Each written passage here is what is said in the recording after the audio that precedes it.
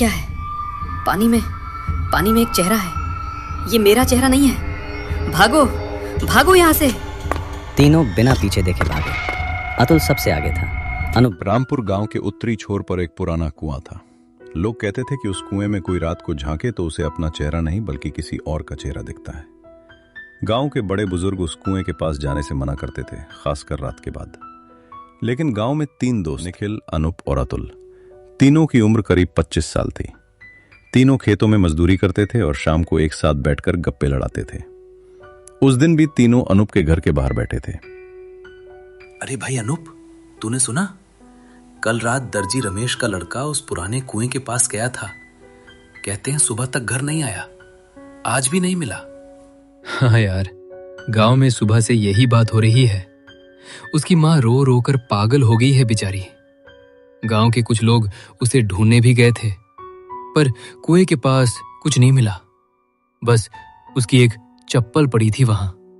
अरे छोड़ो यार, मुझे नहीं लगता इसमें कोई भूत प्रेत की बात है। वो लड़का खुद ही कहीं चला गया होगा या फिर रात में नशे में कुएं में गिर गया होगा। ये सब चुड़ैल वुड़ैल की बातें बस डराने के लिए होती हैं।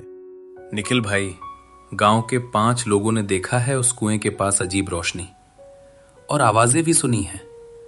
रात को कोई औरत रोती है वहां। ये सब झूठ थोड़ी है। अरे भाई, ये सब अफवाह है। मैं तो कहता हूं आज रात हम तीनों उस कुएं के पास चलते हैं, देखते हैं क्या होता है। अगर कुछ नहीं हुआ तो तुम दोनों मेरी बात मानोगे, और अगर कुछ हुआ तो मैं मान लूंगा। यार कार्तिक, ये बात मुझे ठीक नहीं लगती। रमेश का लड़का अभी तक नहीं मिला और तू उसी कुएं के पास जाने की बात कर रहा है। अरे डरपोक मत बनो, हम तीनों साथ रहेंगे। दिन में खेतों में काम करते हो तो रात में कुएं से डर लगता है। चलो आज रात पक्का। अनूप और अतुल को निखिल की बात अच्छी नहीं लगी, लेकिन कार्तिक की जिद के आगे दोनों को हाँ करनी पड़ी। रात के करीब 11 बजे तीनों घर से निकले। गांव में अंधेरा था, सिर्फ कुछ घरों में टिमटिमाते दीपक जल रहे थे। ठंडी हवा चल रही थी और आसमान में बादल छाए हुए थे। चांद का नामो निशान नहीं था। तीनों हाथ में टॉर्च लेकर उस कुएं की तरफ बढ़ रहे थे। भाई, ये रास्ता आज बहुत सुनसान लग रहा है। रोज यहाँ कुत्ते बैठे रहते हैं, आज एक भी नहीं दिख रहा। हाँ यार, मुझे भी अजीब लग रहा है। जानवरों को पहले भनक लग जाती है, इसीलिए वो इधर नहीं आए। अरे भाई, बस 5 मिनट और, कुआं सामने ही है।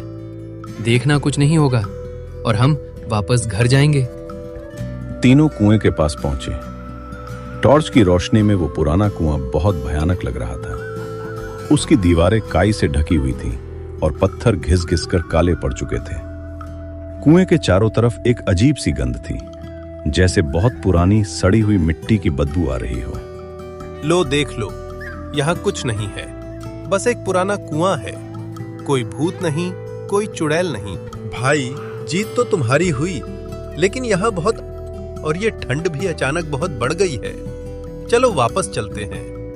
तभी अचानक कुएं के अंदर से एक आवाज आई, बहुत धीमी, बहुत दर्द भरी आवाज, जैसे कोई औरत बहुत गहराई से रो रही हो। ये आवाज कहां से आई? सुना तुमने?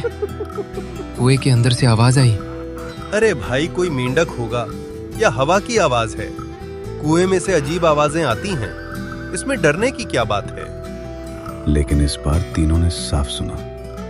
वो आवाज धीरे धीरे तेज होती जा रही थी और अब उस रोने में एक नाम भी सुनाई दे रहा था। भाई, वो आवाज मेरा नाम ले रही है। अतुल, अतुल, ये मेरा नाम है। ये कौन बोल रहा है? तुम दोनों बहुत डर गए हो, इसलिए तुम्हें ऐसा सुनाई दे रहा है।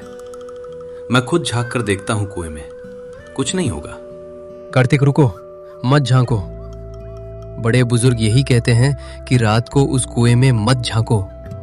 लेकिन कार्तिक ने किसी की नहीं सुनी। वो कुएं की दीवार पर हाथ टिकाकर अंदर झांकने लगा। टॉर्च की रोशनी कुएं के गहरे पानी पर पड़ रही थी। पहले कुछ नहीं दिखा, बस काला पानी। फिर धीरे धीरे उस पानी में एक चेहरा उभरने लगा। वो कार्तिक का अपना चेहरा नहीं था, वो एक औरत का चेहरा था। बिखरे हुए बाल, सफेद आंखें और होठों पर एक डरावनी मुस्कान। ये पानी में एक चेहरा है। ये मेरा चेहरा नहीं है। भागो भागो यहां से। तीनों बिना पीछे देखे भागे। अतुल सबसे आगे था, अनूप बीच में और कार्तिक सबसे पीछे। भागते भागते अतुल ठोकर खाकर गिर गया। मेरा पैर मुड़ गया। रुको भाई, मैं उठ नहीं पा रहा। हाथ ल, उठो जल्दी, दो मुझे। अनूप ने अतुल को उठाया और दोनों फिर भागे, लेकिन तभी उन्हें एहसास हुआ कि कार्तिक की आवाज पीछे से नहीं आ रही थी। अतुल रुको, कार्तिक कहाँ है? उसकी आवाज नहीं आ रही। भाई, मैंने देखा था वो हमारे पीछे भाग रहा था। अभी कहाँ गया? कार्तिक, कार्तिक भाई, कहाँ हो? कोई जवाब नहीं आया। दूर दूर तक सिर्फ सन्नाटा था। दोनों कांपते हुए खड़े रहे। टॉर्च की रोशनी में उन्होंने पीछे देखा। वहां कोई नहीं था, बस रात का गहरा अंधेरा था। अनूप भाई, कार्तिक गायब हो गया। हम क्या करें? उसे ढूंढने वापस जाएं? अतुल, उस कुएं के पास वापस जाना मतलब मौत है। लेकिन कार्तिक को अकेला भी नहीं छोड़ सकते। वो हमारा दोस्त है। अतुल भाई, लेकिन हम दोनों अकेले उस कुएं के पास जाएंगे कैसे? वो चुड़ैल हमें भी पकड़ लेगी। दोनों दुविधा में खड़े थे। तभी उन्हें पीछे से कार्तिक की आवाज सुनाई दी, लेकिन वो आवाज बिल्कुल अजीब थी, जैसे कोई उसकी नकल कर रहा हो। कार्तिक की आवाज, अनूप, अतुल, इधर आओ, मैं यहां हूं, कुएं के पास आओ, देखो मैंने कुछ ढूंढा है। अतुल भाई, ये कार्तिक की आवाज है, लेकिन अजीब लग रही है, जैसे कोई और बोल रहा हो। अनूप, हाँ अतुल, कार्तिक इस तरह नहीं बोलता। उसकी आवाज में कुछ गड़बड़ है। हम उस आवाज के पीछे मत जाओ। तभी सामने से एक काला साया तेजी से उनकी तरफ बढ़ा। दोनों चीखते हुए अलग अलग दिशाओं में भागे।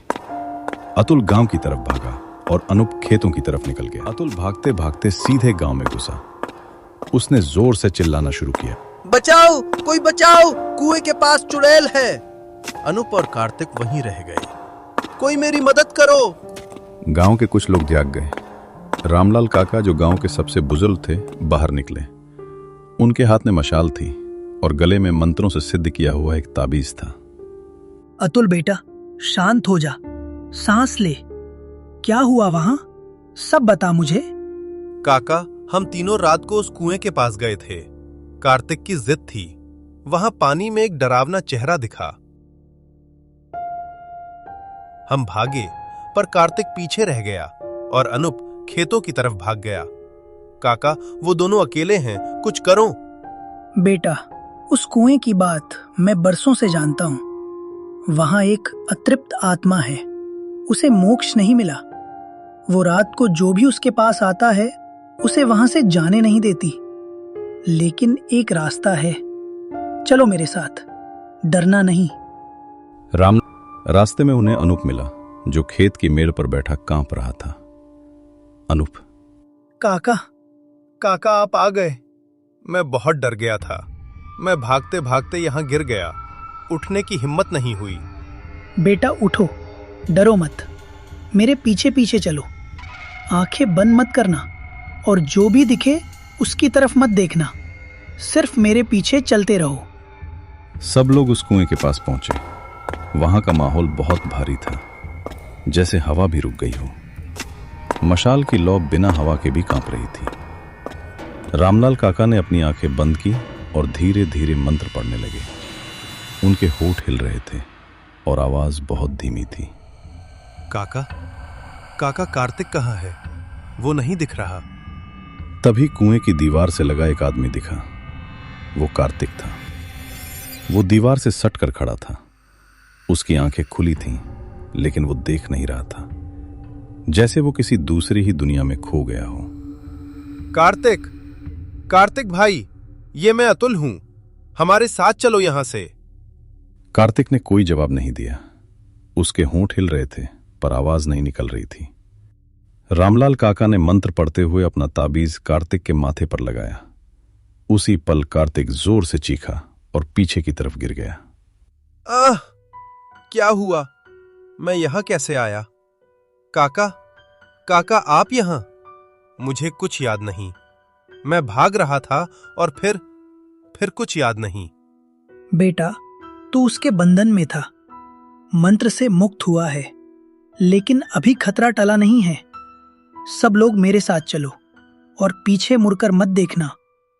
जैसे ही सब लोग वहां से चलने लगे, कुएं के अंदर से एक भयानक चीख उठी। वो आवाज इतनी तेज थी कि सबके कान सुन्न हो गए, लेकिन रामलाल काका ने किसी को रुकने नहीं दिया। चलते रहो, रुकना मत। वो तुम्हें रोकने की कोशिश करेगी। मंत्र की शक्ति से आज की रात सब सुरक्षित हैं। बस गांव की सीमा के अंदर आ जाओ। सब गांव की सीमा के अंदर आ गए। जैसे ही गांव के पहले घर की दीवार पार की, वो भयानक चीख अचानक बंद हो गई। सब लोग हांफते हुए खड़े रहे। कार्तिक, अनूप और अतुल एक दूसरे को देखते रहे। काका, वो कुएं में क्या था? मुझे सच बताओ। बेटा, उस कुएं में एक औरत की आत्मा है। बहुत साल पहले उस औरत को उसके ही घर वालों ने उस कुएं में फेंक दिया था। उसे अन्याय मिला और इसीलिए उसकी आत्मा को मोक्ष नहीं मिला।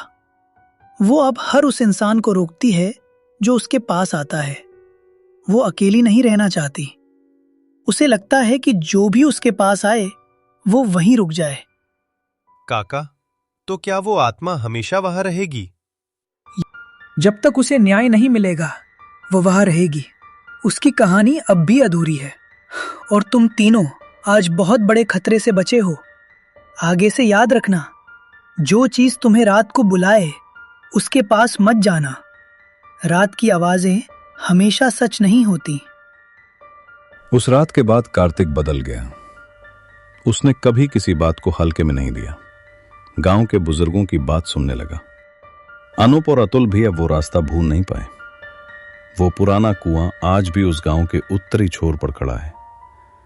रात को उसके पास आज भी रोने की आवाज आती है, और जो भी उस आवाज की तरफ खिंचा चला जाता है वो कभी वापस नहीं आता। कहानी का अंत यहीं होता है, लेकिन वो कुआं आज भी किसी का इंतजार कर रहा है। कृपया कमेंट में अपना नाम जरूर लिखें। मैं पूरी कोशिश करूंगा कि अगली कहानी आपके नाम से तैयार कर सकूं। आपने मेरी वीडियो को अंत तक देखा, इसके लिए मैं दिल से आपका आभारी हूं।